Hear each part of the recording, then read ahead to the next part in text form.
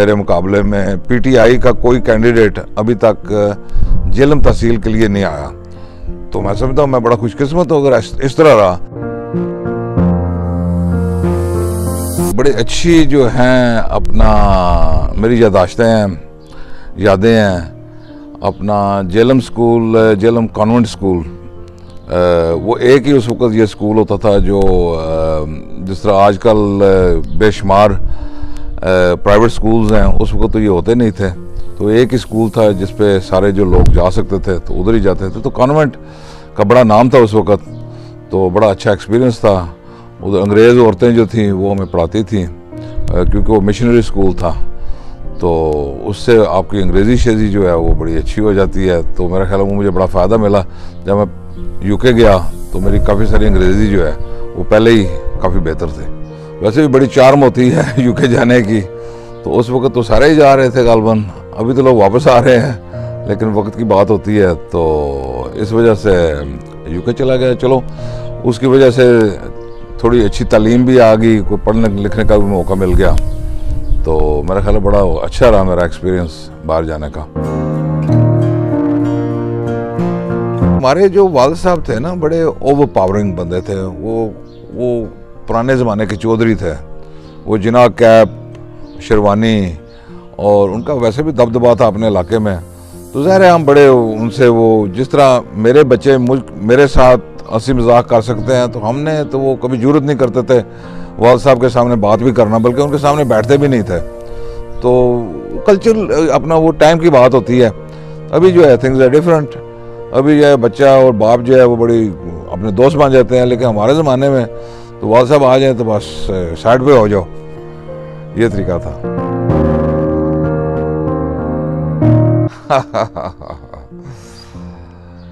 Not really, नहीं भाई, जवान हुए तो घर वालों ने शादी करा दी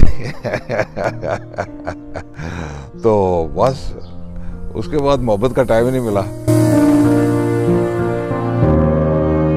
मैं हूँ पीपल्स पर्सन, लोगों वाला बंदा, राइट। मुझे तो सुकून नहीं आता, मैं अकेला तो बैठ नहीं सकता।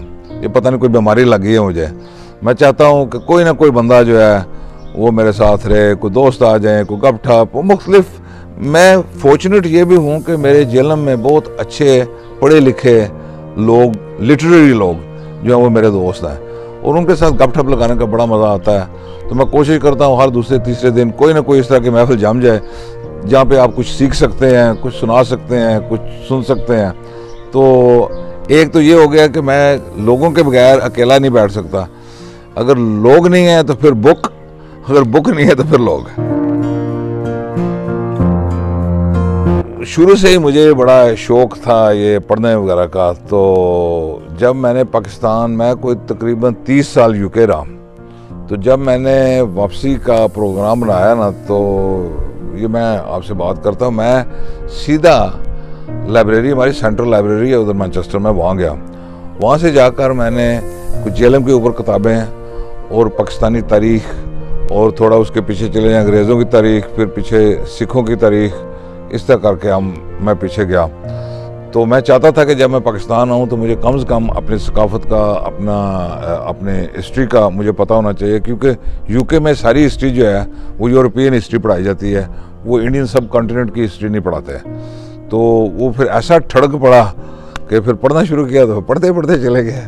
लेकिन मैं तो तारीख के लिए मेरा ख्याल है कोई मॉन्यूमेंट कोई ऐसी नहीं होगी पाकिस्तान में जहाँ पे मैं ना गया हो, या कोई ऐसा एरिया नहीं है, स्पेशली नॉर्दर्न एरिया। तो मेरा ख्याल है वो कश्मीर का भी मेरा ख्याल है वो हर गांव, हर हिस्सा, हर वादी, हर जो है ना वो मैंने देखी है, विज़िट की है।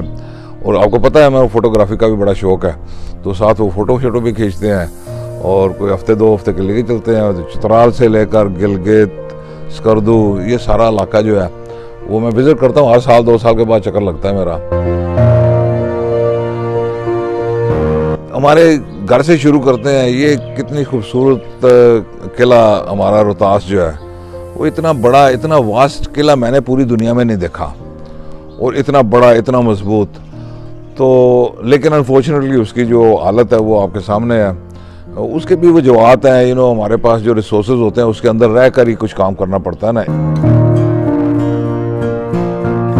वैसे तो हमारे जो वालिद साहब थे वो उनका बहुत बड़ा सेटअप था यहाँ पाकिस्तान में, तो हम सारे भाई जो हैं वो यूके में चले गए और उस वजह से वो हमारे वालिद साहब चाहते थे कि एक बंदा हम तीनों में से आए वापस और आकर जो हमारे जो यहाँ पे ज़िम्मेदारों के मामलात होते हैं उन्हें संभाले। तो ज़ाहिर है मैं बड़ा था तो ये जो है वो कुरा जो है वो मेरे नाम के ऊपर निकला। तो ज़ाहिर है एक ये फील्ड था जो मैंने चूज़ किया कि अगर इस तरह का कोई प्लेटफॉर्म मिलेगा तो ज़ाहिर है उसकी वजह से आप किसी की कोई हेल्प कर सकते हैं, किसी की मदद कर सकते हैं। तो ये बड़ा अच्छा एक प्लेटफॉर्म है। अगर आप अपने इलाके के लिए कुछ करना चाहते हैं तो पॉलिटिकल प्लेटफॉर्म से बेहतर कोई प्लेटफॉर्म नहीं है। मेरे 2 बेटे हैं, एक बेटी है माशाल्लाह उसकी शादी हो गई है, तो 2 बेटे हैं उनकी अभी शादी वगैरह भी करनी है। तो एक इज़ सिविल इंजीनियर, वो अभी हमारा जो अपना हाउसिंग प्रोजेक्ट है उसमें वो मकान वगैरह बना रहा है, कंस्ट्रक्शन का काम कर रहा है। छोटा बेटा जो है वो कर रहा है MSc, वो उधर यूके में है, शेफील्ड यूनिवर्सिटी में। तो मैं तो समझता हूँ वो वैसे भी ब्रिटिश नेशनल हैं, उधर ही पैदा वगैरह हुए हैं। तो मैं कहता हूँ यार दुनिया आपके लिए सारी ओपन है, आप जिधर जाना चाहें आप जाएं, जो कुछ करना चाहे आप करें। मैं कोई रिस्ट्रिक्शन नहीं लगाना चाहता हूँ, कहते हैं कीप एम हैप्पी। मैं हमेशा सोचता हूँ कि बच्चों को अमीर बनाने के बजाय उन्हें खुश बनाना चाहिए और उन्हें भी स्ट्राइव करना चाहिए, खुशी के पीछे भागें, पैसों के पीछे ना भागें। ये तो एक पार्ट ऑफ पार्सल है ना, वो तो प्रॉब्लम होता है। अब सुबह निकले शाम को इतनी रात, आधी रात के बाद पहुंचे, लेकिन वो एक्सेप्ट कर लेती हैं। बीवियां जो हैं वो बड़ी अकोमोडेटिंग होती हैं, उन्हें पता है कि मेरे खामन ने ये एक प्रोफेशन चूज कर लिया। मुझे ये तो खैर ये पार्टी का फैसला था, लेकिन ज़ाहिर है उन्होंने कुछ देखा होगा, कुछ समझा होगा कि मैं जो है वो तहसील नाज़िम की जो सीट है उसके साथ जस्टिस कर सकता हूँ, कुछ बेहतरी ला सकता हूँ। तो मेरा तो ख्याल है कि उन्होंने इसलिए चुना कि मैं जो है वो सीट के मुताबिक जो है उसके साथ जो जस्टिस होता है वो कर सकूँगा।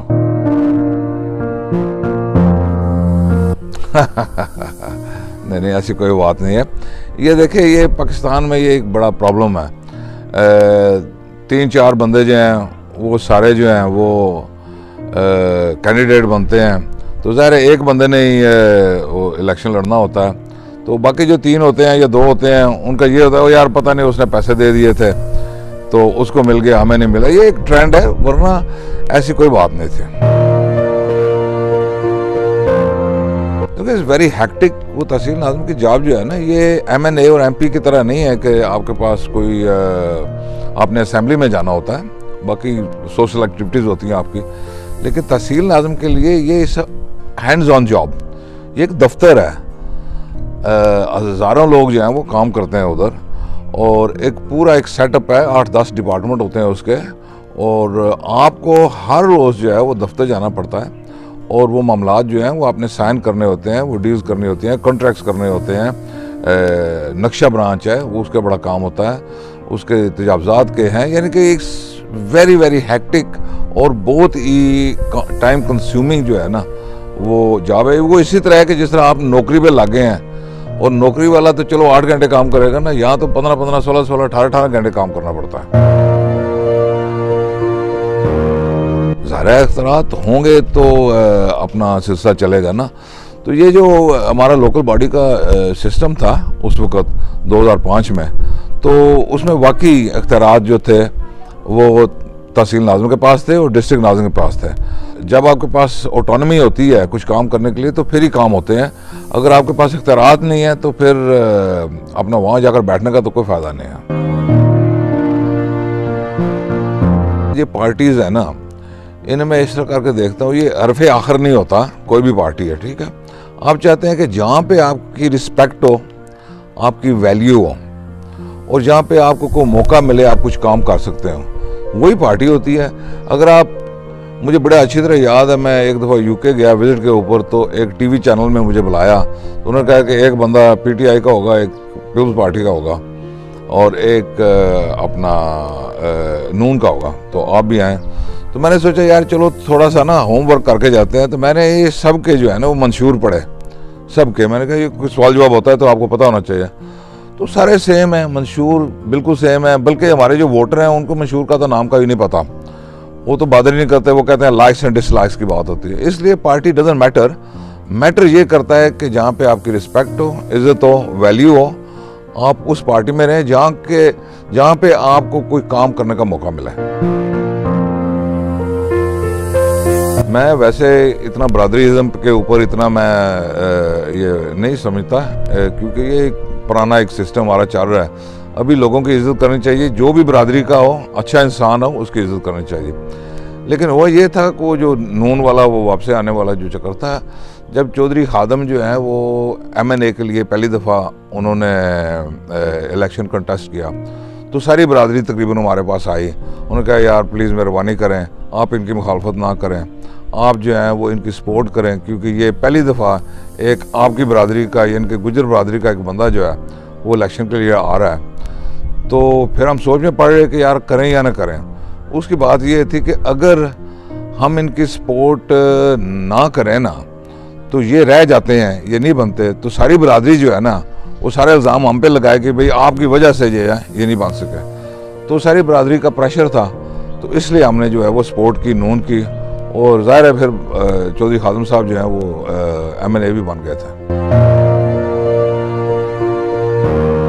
वो इलेक्शन था MP का, ठीक है। ये बात मैं कर रहा था MNA की, क्योंकि जेलम की तारीख में कभी भी कोई हमारी बरादरी का बंदा MNA नहीं बना था। So it's a different thing.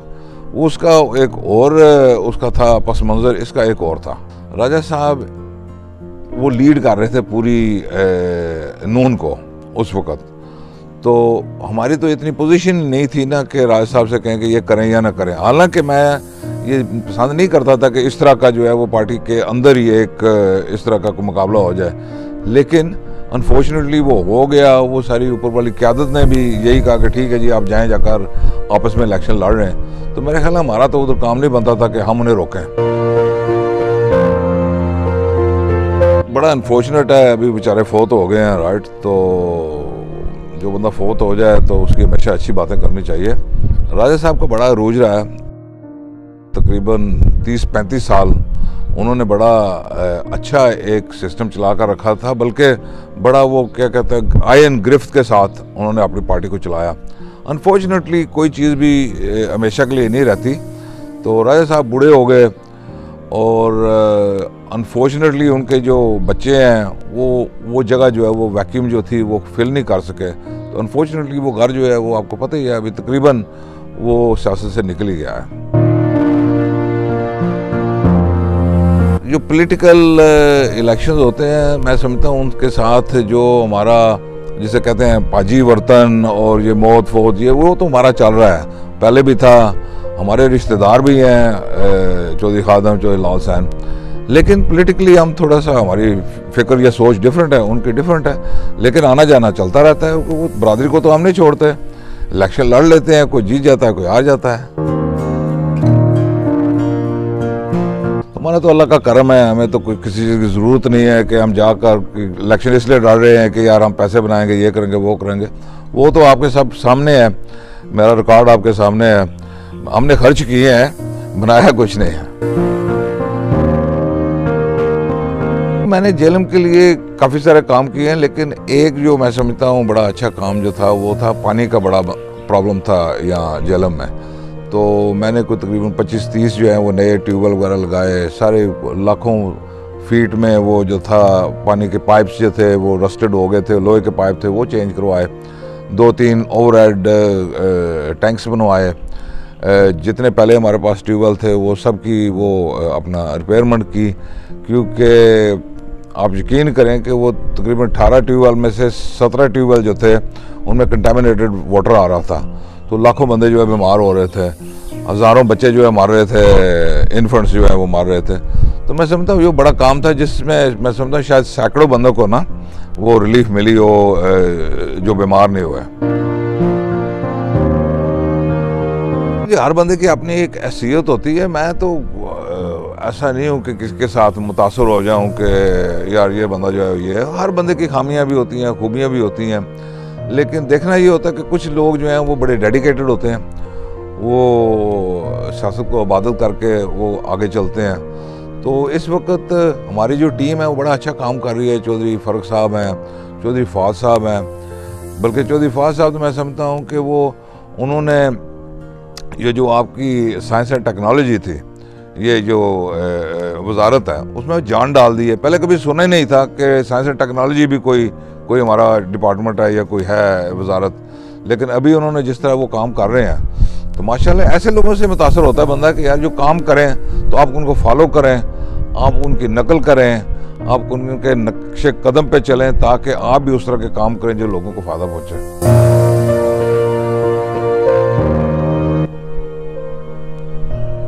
दोनों चौधरी फ़ारूक के साथ तो मैंने पहले भी पता 5 साल हमारी वर्किंग रिलेशनशिप थी, तो हम तकरीबन 12-14 घंटे रोज़ इकट्ठे रहते थे। आज भी मेरा उनके साथ बड़ा अच्छा ताल्लुक़ है और हमारा घर का आना जाना है। उसी तरह हम दोस्त हैं, गप्पे ठप्पे ये वो सारी हर चीज़ डिस्कस कर सकते हैं। कोई हमारे में वो होता है ना, कोई झिझक नहीं है। कोई भी मसाइल हो, कोई मसला हो, कुछ भी हो तो ईज़िली बैठकर हम उसे सॉल्व कर सकते हैं। फवाद साहब, उनके साथ जो है वो बड़ा अच्छा एक वर्किंग रिलेशनशिप है। फ़ोन के ऊपर उनके साथ हमेशा, बल्कि तकरीबन रोज़ ही उनके साथ गपशप होती है। जो भी कोई काम होता है तो वो मुझे फ़ोन करके बता देते हैं, लेकिन उनके साथ इतनी ज़्यादा टाइम गुजारने का वक्त नहीं मिलता क्योंकि वो बड़े बिजी बंदे हैं। ज़ाहिर है आपको, वो इस्लामाबाद होते हैं, वो हफ्ते में 1-2 दफ़ा जब भी आते हैं तो पहले मुझे कॉल करते हैं कि आज मैं आ रहा हूँ, कोई DCO साहब के साथ मीटिंग है, DPO साहब के साथ मीटिंग है, या कोई फंक्शन हो तो मुझे पहले इतलात कर देते हैं, तो हम इकट्ठे हो जाते हैं। कुछ बंदे होते हैं बड़े जिस तरह मुझे देख लें, ठीक है, ऑलवेज लाफिंग हैप्पी, बड़ा प्रोटोकॉल ये वो। कुछ बंदों की तबीयत जो होती है वो बड़े सीरियस रहते हैं, और अगर सीरियस को आप समझते हैं गुस्सा है तो ये तो आपकी अपनी गलतफहमी है ना। लेकिन हर बंदे का एक रवैया होता है, एक बंदा अपने वो रहता है अपने वो उस सीरियसनेस में, और एक बंदा जो है थोड़ा सा ओपन होता है। हम बड़े ओपन हैं, वो इतने ओपन नहीं है, लेकिन गुस्से वाली बात नहीं है। मैं उम्मीदवार हूँ, बिल्कुल जी उम्मीदवार हूँ तहसील नाज़िम जेलम के लिए। तो अभी देखते हैं आगे चल के पार्टी जो फैसला करेगी उसके मुताबिक चलेंगे। बड़ी ये खुशी की बात है कि अभी तक कोई बंदा जो है ना वो सामने नहीं आया। मेरे मुकाबले में PTI का कोई कैंडिडेट अभी तक जेलम तहसील के लिए नहीं आया, तो मैं समझता हूँ मैं बड़ा खुशकिस्मत हूँ अगर इस तरह रहा। लेकिन अगर कोई आएगा भी तो चलो वो देख लेंगे कि वो कितने कद काठ का है, कितना पढ़ा लिखा है, क्या उसमें वो गट्स, वो अपनी एनर्जी है, तो फिर पार्टी फैसला कर लेगी, जो बेहतर होगा उसको टिकट मिल जाएगा। दूसरी जमातों में मेरा ख्याल है पीपल्स पार्टी तो हमारे बिल्कुल ही मेरा ख्याल फारूक ही बैठी है जेलम में, तो नून वाले हैं, ज़ाहिर है वो मुकाबला करेंगे। मैं समझता हूँ कि चौधरी लाल से मुकाबला जो है ना मेरा बड़ा अच्छा रहेगा, क्योंकि मैं उन्हें जानता हूँ बड़ा, क्योंकि UK में हम इकट्ठे रहे हैं। तो मैं समझता हूँ उनका मुकाबला करना मेरे लिए ना काफ़ी आसान होगा, कोई ऐसी बात नहीं है। ज़ाहिर है देखो, हम तो पाबंद हैं पार्टी डिसिप्लिन के। अगर पार्टी समझती है कि मेरे से कोई अच्छा बंदा है तो उसे देंगे, तो हम तो सपोर्ट करेंगे उसकी। इस वक्त मैं 100% पर उम्मीद हूँ। अभी तक तो जैसे मैं पहले कह चुका हूँ कि अभी तक जेलम में कोई बंदा नहीं है PTI का जो इतना वर्क कर रहा हो, जो इतना काम कर रहा हो और दफ्तर चला रहा हो। PTI का दफ्तर जो है वो मैं चलाता हूँ, जो अपना चौधरी फवाद साहब का सेक्रेटरीट है, तो that is handed over to me. वो सारा जो है वो सारा सिस्टम मेरे पास है, और उनके सारे जो हैं अपने काम काज जो है वो मैं कर रहा हूँ। तो इससे ये तो प्रूव करता है ना कि इस वक्त उन्होंने मुझे जो पावर्स दी हुई हैं तो वो कुछ समझते हैं कि मैं इस केपेबल हूँ, तो इसलिए दी है ना। नहीं, ये तो कंबाइंड एक इज्तिमाई फैसला होगा ना, ये एक बंदे का काम नहीं है। देखो 2 हमारे MNA हैं और कुछ हमारे ज़ाहिर हैं MPs भी हैं, वो सारे मिलकर ही फैसला करेंगे। ये तो एक पार्टी फैसला होगा, ये एक बंदे का फैसला नहीं है। चौधरी आरिफ को अपना वो शहर में बैठे हुए हैं, अभी देख लेते हैं। अभी तक तो उनका कोई ऐसी एक्टिविटी मैंने नहीं देखी जिसमें वो आगे आए हों, लेकिन ज़ाहिर है हर बंदे की ख्वाहिश होती है, वो तो उसके ऊपर तो किसी का कोई कंट्रोल नहीं है ना। आबिद जिताना बड़ा अच्छा हमारा दोस्त है, हमारा बड़ा अच्छा उनके साथ फैमिली टर्म्स हैं। हम पिछले 5 साल जो इकट्ठे रहे थे, तो लाहौर जब भी जाना इकट्ठे जाते आते, तो वो बड़ा अच्छा एक अपना तहसील नाज़िम बनेगा। उसका एक्सपीरियंस भी है और बड़ा सोबर किस्म का बंदा है। इस तरह के बंदे होने चाहिए। बड़ा अनफॉर्चुनेट है कि अगर वो बंदा घर जाकर बैठ जाता है और एक्सपेक्ट करता है कि लोग आएंगे मुझे आकर बुलाएंगे, इस तरह तो नहीं होता ना। देखो, अगर आपने पार्टी में कुछ हिस्सा डालना है तो फिर बाहर निकलना पड़ेगा ना। पार्टी की जो एक्टिविटीज़ होती हैं उसमें शामिल होना पड़ेगा। एक्टिविटीज़ में शामिल होंगे तो आप सामने आएंगे तो आपको कुछ जिम्मेदारी मिलेगी ना।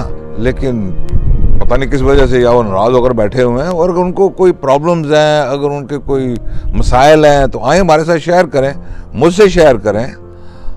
अगर कोई उनका मसला है तो हम कोशिश करेंगे उनको मसाइल जो है वो ख़त्म करें और उनको दोबारा जो है अपने फोल्ड में लाएं, क्योंकि जैसे वो आएंगे तो पार्टी मजबूत होगी, पार्टी कमज़ोर नहीं होगी। ऐसे बंदे, मैं तो चाहता हूँ सारे बंदे आएँ, और ये नहीं होता कि कोई भी बंदा आए वो मेरी तरह का सोचने वाला हो। हर बंदे की सोच डिफरेंट है, और यही खूबी होती है डेमोक्रेसी की कि मुख्तलिफ मकतब के फ़िक्र के लोग जो आते हैं ना, तो उससे पार्टी का जो है वो चार्म जो है वो ज़्यादा बढ़ती है।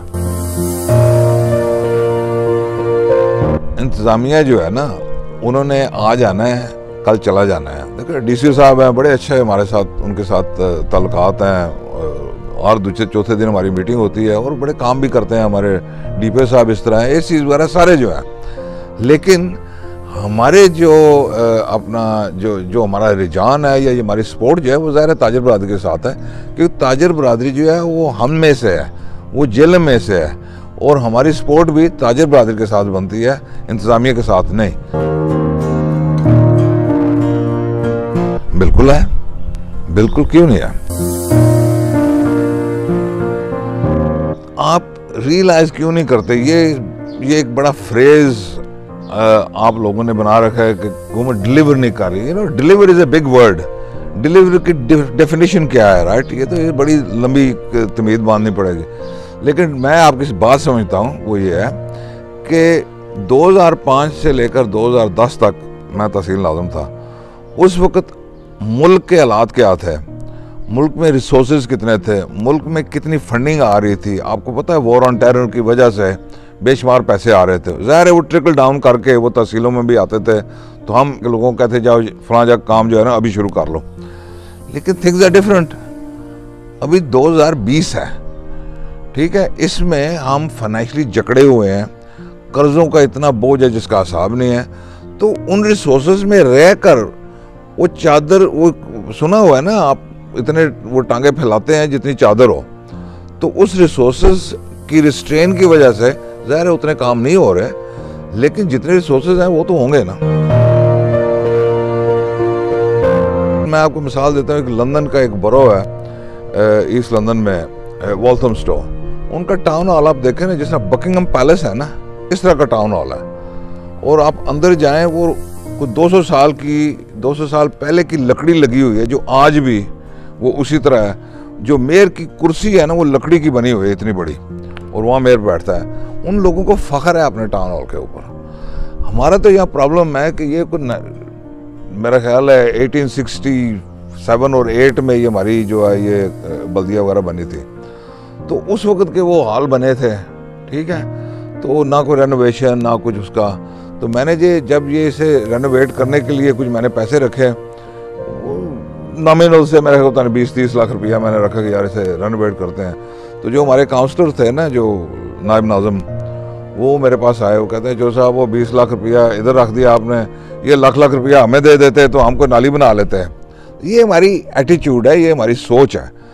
तो अगर सोच इस तरह की रहेगी तो फिर ये हमारी जो, बल्कि आप देखें ना, पूरे पाकिस्तान में चले जाएं, अब किसी रोड पे जाते हों तो जो सबसे खूबसूरत बिल्डिंग्स होंगी ना, वो प्राइवेटली ओन्ड होंगी, और जब से जो भी खस्ता हालत बिल्डिंग आपको नज़र आएगी ना रोड के ऊपर, वो गवर्नमेंट ओन्ड होगी, क्योंकि उसके ऊपर कोई पैसे नहीं लगाते, उसे मेंटेन नहीं करते।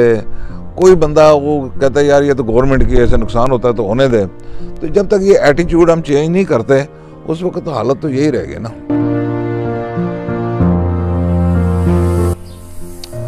बेशुमार है, लेकिन कोई ऐसा नहीं है जो इस वक्त जिसका जिक्र किया जाए। सबसे पहले तो आपका बड़ा मशकूर हूँ, शुक्रिया, थैंक यू फॉर कमिंग। तो बाकी मैसेज तो यही है कि सब इकट्ठे हों और ये जो है हमारी जो चिकातानी से ख़त्म किया जाए। और मैं बात करता हूँ जेलम के हवाले से। जेलम बड़ा खूबसूरत एक ज़िला है, बड़ा अमन वाला है, बड़े पढ़े लिखे लोग हैं, हमारी एजुकेशन का मयार बड़ा अच्छा है, हमारे हॉस्पिटल का या जो महकमा सेहत है उनका मयार बड़ा अच्छा है, लोग जो है बाहर भी हैं, लोग फ़ौज में भी हैं, पढ़ी लिखी कम्युनिटी है हमारी। तो इस तरह के खुशबाश रहना चाहिए। और ये जो चीज़ें होती हैं अपना मुखालफत बढ़ाए मुखालफत उसे नहीं करनी चाहिए। और बाकी रहेगी बात जो इलेक्शन वगैरह की, वो आप सोच समझ कर चुने, पढ़े लिखे लोग लाएं, डिफरेंट आइडियाज़ वाले बंदे लाएं, डिफरेंट व्यूज़ वाले बंदे लाएं, बंदे वो लाएं जो आपके मसाइल हैं उनको ठीक करने की, उनको हल करने की उनमें अहलियत हो। क्योंकि मसला ये होता है कि जब आप एक काम बार बार उसी तरह करते हैं तो फिर रिजल्ट जो है ना वो भी उसी तरह के आएंगे। अगर कोई नया बंदा लाएंगे, पढ़े लिखे लोग लाएंगे, तो वो नए तरीके से मसले हल करेंगे और फिर आपके मसले भी हल होंगे।